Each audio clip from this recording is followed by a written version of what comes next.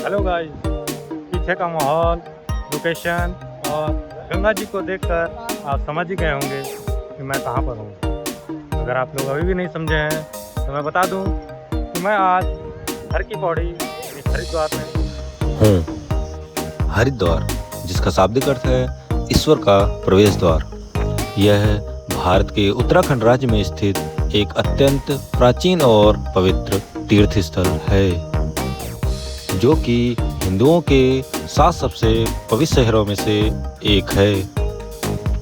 दोस्तों, मैं आपको इस वीडियो में बताऊंगा कि यहाँ तक पहुँचे कैसे, यहाँ पर ठहरने की क्या व्यवस्था है और यहाँ पर खाने से रिलेटेड आपको क्या क्या वैरायटीज़ मिल जाएंगी, और साथ ही यहाँ पर घूमने से रिलेटेड कौन कौन सी प्लेसेस हैं। तो सबसे पहले हम जानेंगे यहाँ तक पहुँचे कैसे।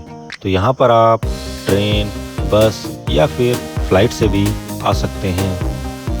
अगर आप लोग यहाँ पर ट्रेन से आना चाहते हैं तो हरिद्वार में हरिद्वार रेलवे स्टेशन है।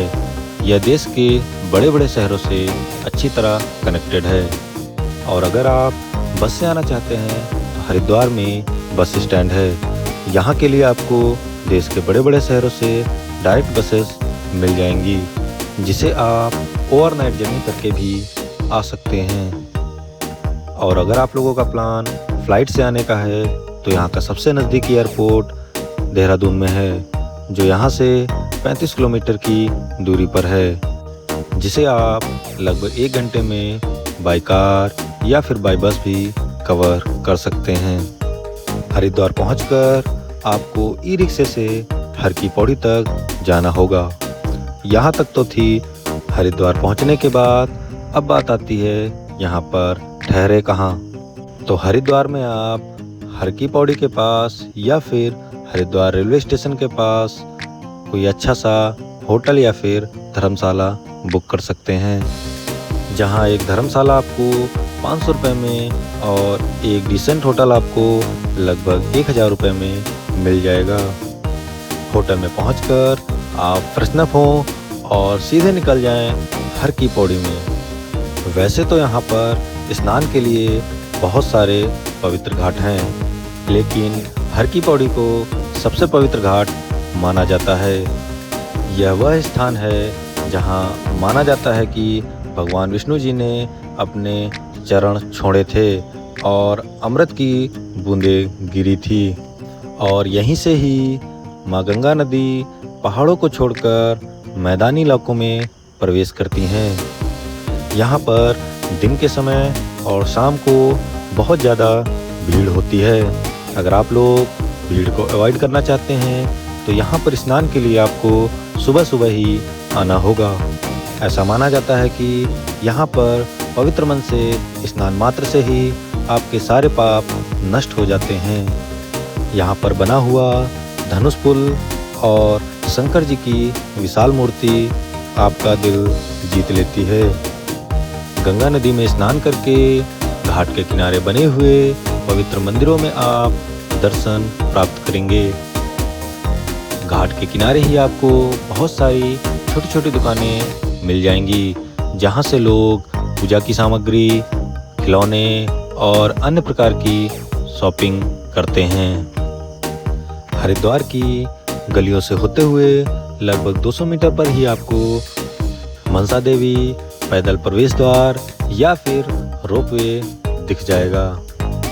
और साथ ही इन्हीं गलियों में आपको बहुत सारे रेस्टोरेंट मिल जाएंगे, जहां पर आप स्वादिष्ट भोजन कर सकते हैं। दोस्तों, मां मनसा देवी तक पहुंचने के 2 तरीके हैं। एक तो पैदल मार्ग, दूसरा रोपवे, जिसे यहाँ पर उड़न खटोला भी कहा जाता है। मां मनसा देवी टेम्पल शिवालिक पहाड़ियों में बिलवा पर्वत पर बसा हुआ है, इसलिए मंदिर तक पहुंचने के लिए आपको कुछ 100 सीढ़ियाँ चढ़कर लगभग 3 किलोमीटर चढ़ाई वाले रास्ते पर पैदल चलकर यह सफ़र पूरा करना होता है, जिसमें आपको लगभग 1.5 घंटे लग जाएंगे। वहीं अगर आप उड़न खटोले का मात्र 200 रुपये का टिकट लेते हैं तो मंदिर तक आप लगभग 5 से 10 मिनट में ही पहुंच जाएंगे। लेकिन उड़न खटोले के लिए आपको लगभग 1 से 2 घंटा वेट करना पड़ सकता है। इसलिए आप पहले ही ऑनलाइन टिकट बुक कर लें, क्योंकि जब हम लोग यहाँ पर टिकट बुक करने के लिए गए तो हमें भी 2 घंटे वेटिंग के लिए बताया। इसलिए हम लोगों ने यहाँ पर पैदल ही चढ़ाई का मन बनाया और खूबसूरत दृश्यों को देखते हुए लगभग 1.5 घंटे में हम पहुँचे मां मनसा देवी मंदिर। यह प्राचीन हिंदू मंदिरों में से एक प्रसिद्ध सिद्ध पीठ है। यह मंदिर मां मनसा जी को समर्पित है, जिन्हें इच्छाओं की पूर्ति करने वाली माता के रूप में जाना जाता है। इस मंदिर की ऐसी मान्यता है कि भक्त यहाँ के प्रमुख वृक्ष पर पवित्र धागा बांधकर अपनी मन्नत मांगते हैं और मां मनसा देवी की असीम अनुकंपा से मनोकामना पूरी होने पर वापस आकर इस धागे को खोल देते हैं। इस मंदिर में मां मनसा देवी के अलावा अन्य कई सारे देवी देवताओं की मूर्तियां विराजमान हैं, जहां पर आप जरूर दर्शन करें और आशीर्वाद प्राप्त करें। मां मनसा जी के हमारे दर्शन बहुत ही अच्छे हुए। मंदिर दर्शन के लिए सुबह 5 बजे से रात 9 बजे तक खुला रहता है। अगर आप लोग भीड़ को अवॉइड करना चाहते हैं तो आपको दर्शन के लिए सुबह जल्दी ही आना होगा। दोस्तों, अगर आप लोग मां मनसा देवी तक पैदल जाने का सोच रहे हैं, अपने साथ एक पानी की बोतल और कुछ खाने का आइटम जरूर रखें और हो सके तो एक इलेक्ट्रॉल जरूर रखें, ताकि आप हाइड्रेटेड के साथ साथ एनर्जेटिक बने रहें। मां मनसा देवी के भव्य दर्शन प्राप्त करके आप जाएंगे मां चंडी देवी मंदिर में। मां मनसा देवी के साथ साथ अगर आप मां चंडी देवी मंदिर भी रोपवे से जाना चाहते हैं तो इसका टिकट भी आप मनसा देवी काउंटर से ही कॉम्बो पैकेज में ले सकते हैं। और साथ ही अगर आप लोग शेयरिंग बस से मनसा देवी तक जाना चाहते हैं तो उसका टिकट भी आपको यहीं से ही मिल जाएगा। मां मनसा देवी से मां चंडी मंदिर लगभग 4.5 किलोमीटर की दूरी पर है। यह मंदिर भी शिवालिक पर्वत श्रृंखला के नील पर्वत पर बसा हुआ है, इसलिए यहाँ पर भी आप रोपवे या फिर पैदल जा सकते हैं। यह मां चंडी जी को समर्पित एक प्रसिद्ध सिद्ध पीठ है, जो भक्तों की आस्था का प्रमुख केंद्र माना जाता है। पौराणिक कथाओं के अनुसार ऐसा माना जाता है कि यह वही स्थान है जहाँ पर मां चंडी जी ने शुंभ और निशुंभ नामक 2 राक्षसों का वध किया था।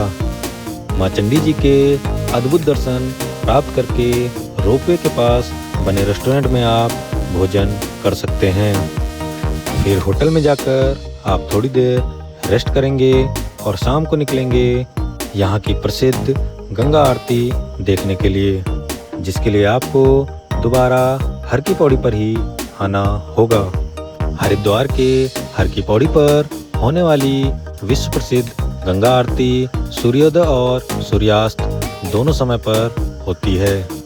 आरती के समय होने वाले मंत्रोच्चारण, शंख की ध्वनि और जलते हुए दीप आपको मंत्रमुग्ध कर देते हैं। आरती में शामिल होकर आपको एक अलग ही पॉजिटिव एनर्जी का एहसास होता है और रात के समय हर की पौड़ी को देखना और यहाँ पर समय बिताना एक अलग ही एक्सपीरियंस होता है, जो आपको ज़रूर ट्राई करना चाहिए। गंगा आरती में शामिल होने के बाद आप अपने घर के लिए वापसी की बस, ट्रेन या फिर फ्लाइट ले सकते हैं। और अगर आप लोगों के पास एक दिन का समय और है तो आप हरिद्वार के आसपास के मंदिरों को भी विजिट कर सकते हैं। इसके लिए अगले दिन सुबह आपको एक ऑटो बुक करना होगा, जो आपको इन सारे मंदिरों को विजिट कराकर वापस ड्रॉप करेगा, जिसके लिए ऑटो वाले आपसे 700 से 800 रुपये चार्ज करते हैं। ऑटो से आप सबसे पहले गीता मंदिर जाएंगे। इस मंदिर में आप भगवान विष्णु के अलावा अन्य देवी देवताओं के भी दर्शन कर सकते हैं। इसके बाद आप जाएंगे दक्षेश्वर महादेव मंदिर।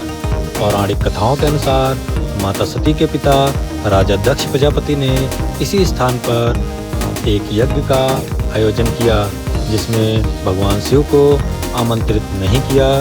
तब माता सती ने खुद को अपमानित महसूस करके इसी अग्नि में कूदकर आत्मदाह कर दिया था। यह मंदिर भगवान शिव जी को समर्पित एक प्राचीन और प्रसिद्ध हिंदू मंदिर है, जिसमें एक शिवलिंग स्थापित है। इसके बाद आप जाएंगे श्री शीतला माता मंदिर। माँ शीतला जी का आशीर्वाद प्राप्त करके आप मानव मंदिर भी जा सकते हैं, जो काफ़ी खूबसूरत बना हुआ है। और फिर इसके बाद आप जाएंगे हरिहर आश्रम। यह आश्रम हरिद्वार का सबसे प्राचीन और प्रमुख आश्रम है। इस आश्रम में आप 3 प्रमुख स्थानों पर दर्शन कर सकते हैं, जिसमें से पहला स्थान है श्री पारदेश्वर महादेव मंदिर और दूसरा स्थान है श्री महामृत्युंजय मंदिर और तीसरा स्थान है रुद्राक्ष का एक प्राचीन वृक्ष। यहाँ पर लोग परिक्रमा भी लगाते हैं। इसके बाद आप ऋषिकेश की तरफ आगे बढ़ते हुए शीश महल को देखने के लिए जाएंगे। यहाँ पर हर चीज़ शीशे की बनी हुई है। यह आपके लिए एक अनोखा एक्सपीरियंस होगा, जिसे आपको ज़रूर ट्राई करना चाहिए। इसके बाद आप वैष्णो माता मंदिर और भारत माता मंदिर भी जा सकते हैं। इसके बाद आप चाहें तो ऋषिकेश के लिए भी निकल सकते हैं, या फिर वापस आप अपने घर के लिए भी निकल सकते हैं।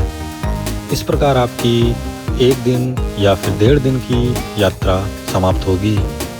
अगर एक कपल 1 दिन में ही हरिद्वार को कवर करके वापस जाना चाहता है, तो उसके इस ट्रिप में 4 से 5 हज़ार रुपये तक लग जाएंगे। और अगर वह हरिद्वार में 1 दिन रुककर हरिद्वार के आसपास के मंदिरों को भी एक्सप्लोर करता है, तो उसके 7 से 8 हज़ार रुपये लग जाएंगे।